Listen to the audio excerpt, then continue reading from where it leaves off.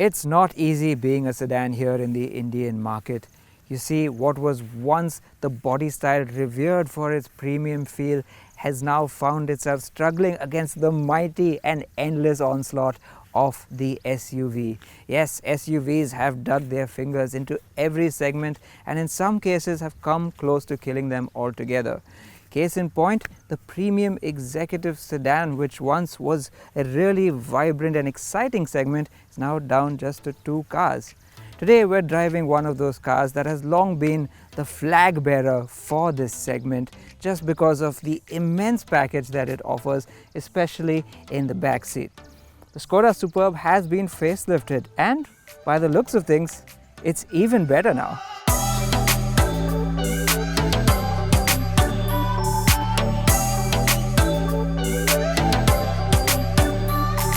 But first, what do you, our viewers, think of the Skoda Superb Facelift? Does it look better? And is it a good alternative to an SUV or perhaps even more expensive luxury cars? Tell us in the comments below and be sure to give us a thumbs up if you like this video and subscribe to the channel if you haven't done so already. The changes to the exterior are subtle in keeping with the Superb's understated appearance, but look hard and you will spot them. They've added even more chrome, most noticeable in the form of a strip in the larger lower air dam, encasing the new LED fog lamps. There's more of it in the frame and slats of the butterfly grille, which is flanked by new full LED headlamps. As before, you'll find chrome in the window surround, but there's now a strip at the base of the doors too, between the smart new set of 17-inch alloy wheels. At the rear, there's a chrome strip joining the reprofiled LED tail lamps, a chrome garnish at the base of the bumper that mimics exhaust tips, and the word Skoda written large on the boot lid in, you guessed it, chrome. Oh, and speaking of the boot, it remains one of the car's highlights. Open the powered liftback and you'll find a colossal 625 liters. That's more than most SUVs will get you, and you can even fold the back seats down to liberate 1760 liters. Before we go any further though, you should know that the car you're looking at is the top spec Lauren and Clement or LNK variant. You can also get a lesser trim called the Sportline, which swaps the chrome for gloss black trim and even gets a neat lip spoiler on the boot. Little has changed on the inside, but then that's not necessarily a bad thing. As before, the Superb's cabin feels plush with a generous use of soft touch materials, fine detailing and a built-to-last feel to everything. It's thoughtfully laid out too, with all important controls in easy reach. The new chrome-lined binnacle for the updated touchscreen is nice, but if anything, it's the dashboard overall that looks a bit generic. Do note, while the LNK features a more conventional black on beige look for the interior, and you can even opt for chocolate brown upholstery, the Superb Sportline adopts a sportier all-black theme. That said, the LNK does get more equipment overall than the Sportline, and owners will be treated to the likes of powered, heated and ventilated front seats with driver's side memory, an 11-speaker Canton audio system, 3-zone climate control, driving modes, a sunroof, and an 8-inch touchscreen with Apple CarPlay and Android Auto. There are, however, no connected features here.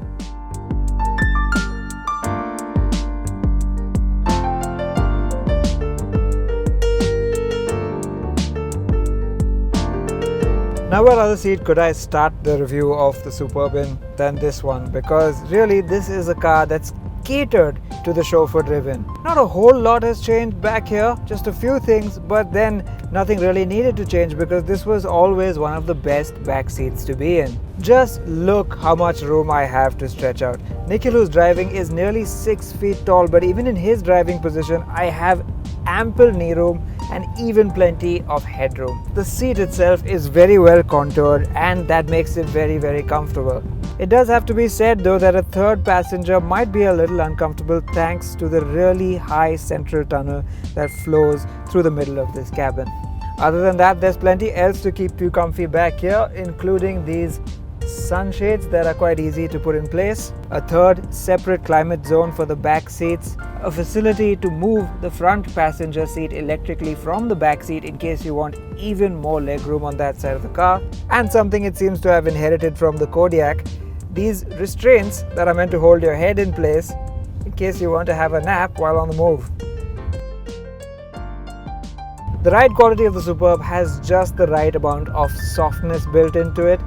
It's not too soft so as to move you around too much, but it absorbs bumps really well. In fact, we had criticized the previous Superb for being just a tad too firm, especially for a chauffeur-driven car, but they seem to have remedied that with this one. But once you're done with your nap and the chauffeur goes home for the weekend, you're going to want to take the wheel yourself once in a while, because just as before, the Superb is, well, rather superb to drive.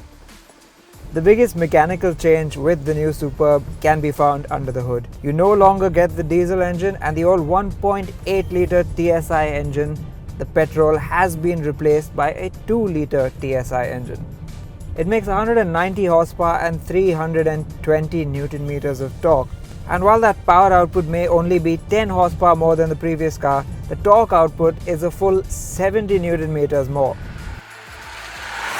There's a noticeable tug in the mid-range, followed by a sustained charge to 6,000 RPM, all of which is accompanied by an entertaining snarl from the engine.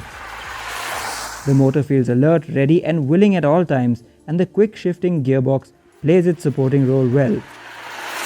Sure, the DSG gearbox isn't absolutely fluid in shifts, more so at low speeds like a torque converter auto would be, but it's far from a weakness. Keen drivers will love to take manual control via the pedals or the gear lever. It revs far more freely, it builds power a lot smoother, and overall this engine feels far better suited to a big car like this. It's pretty brisk and can be launched effectively off the line thanks to a launch control system. In fact, even on a wet surface, we managed a 0 to 100 sprint of 8.43 seconds. So in the perfect conditions, you could probably get pretty close to Skoda's claim time of 7.7 seconds. Now put your foot down and you actually can have quite a lot of fun with this car and find yourself a bit of windy road, and it actually is quite entertaining too.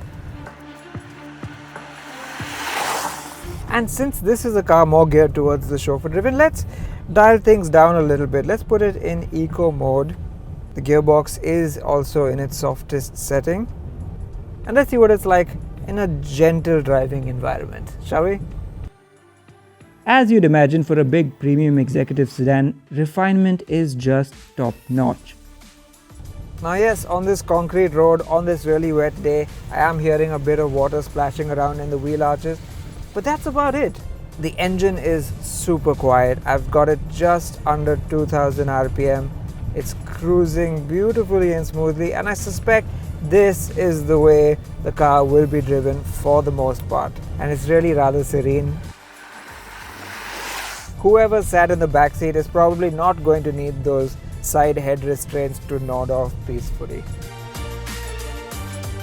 It's a pretty long car, the Superb, but steering it doesn't require too much effort thanks to the rather light and rather quick steering.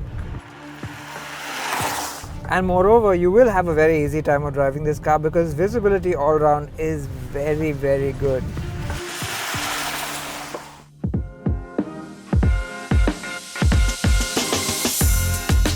The new Superb then continues to do what the old Superb did so well. It looks the part, it pampers rear seat occupants with acres of room and a cushy ride, and as an added plus, it's good to drive too. Some might argue that the facelift isn't as comprehensive as it could have been, but given the fundamental package is so strong, it really shouldn't be a deal breaker. The Skoda Superb Sportline comes in at 29.99 lakh rupees ex-showroom, while this LNK trim sports a 32.99 lakh rupee price tag. That's not cheap by any means, but then let's not forget its only direct rival, the Toyota Camry Hybrid, starts at 39 lakh rupees. Forget SUVs. When you view the Superb alongside its peers, or even alongside like-sized German sedans from the luxury brands, you see the Skoda for what it is, a car that breaks the class ceiling.